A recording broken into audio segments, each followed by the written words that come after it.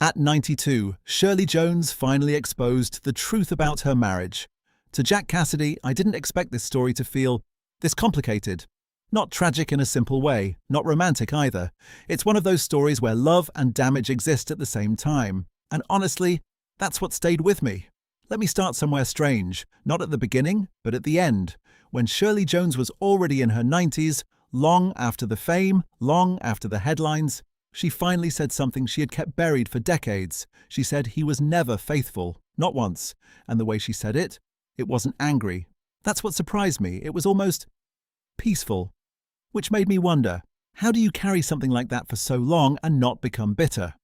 So I went back to when everything looked perfect. Like, because that's where this story tricks you.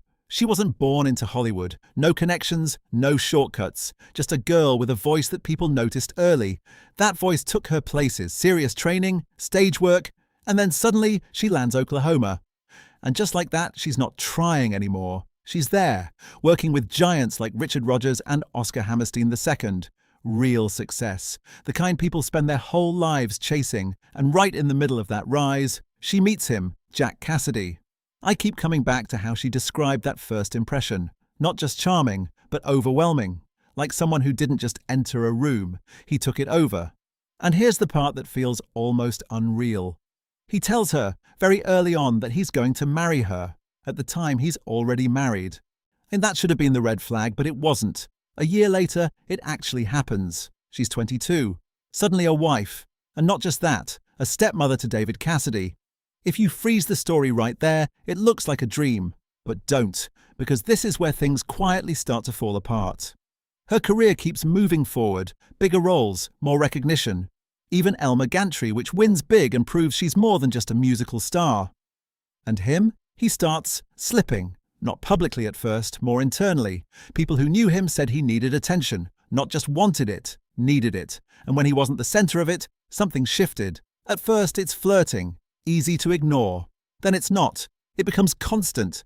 Affairs that aren't even hidden anymore. And this is where I had to pause. Because she knew. She saw all of it. And still, she stayed. Not blindly, not because she didn't understand what was happening, but because she thought she could hold the family together. That part feels very real, doesn't it? Especially when you think about the time period. Image mattered.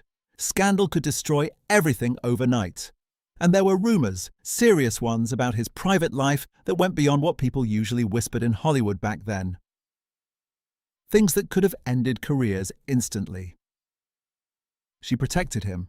That choice, it cost her.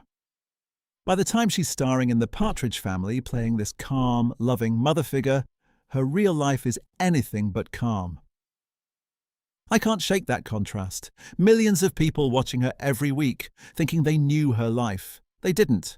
Behind the scenes, she was dealing with humiliation, or disappointment, and probably a kind of loneliness that's hard to explain when you're married, but feel completely alone. And eventually, even she couldn't carry it anymore. After nearly 20 years, she leaves. No big dramatic moment. Just done.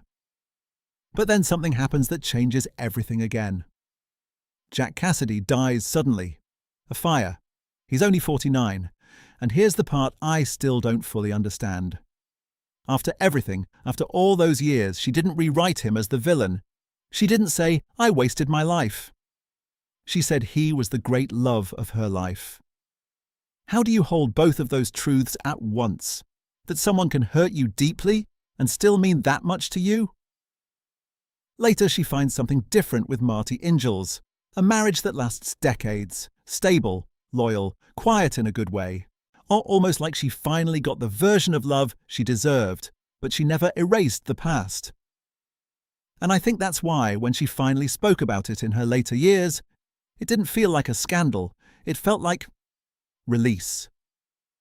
She admitted everything, that he couldn't be faithful, that he even told her fidelity just wasn't who he was, and that she stayed anyway because she loved him and because she wanted to protect her children from a world that could be very unforgiving. No anger, just honesty. And maybe that's the part that makes this story linger. It's not clean, it's not satisfying, it's messy in a very human way. Love, loyalty, denial, pain, all mixed together. And in the end, she didn't try to fix the story. She just finally told it the way it really was.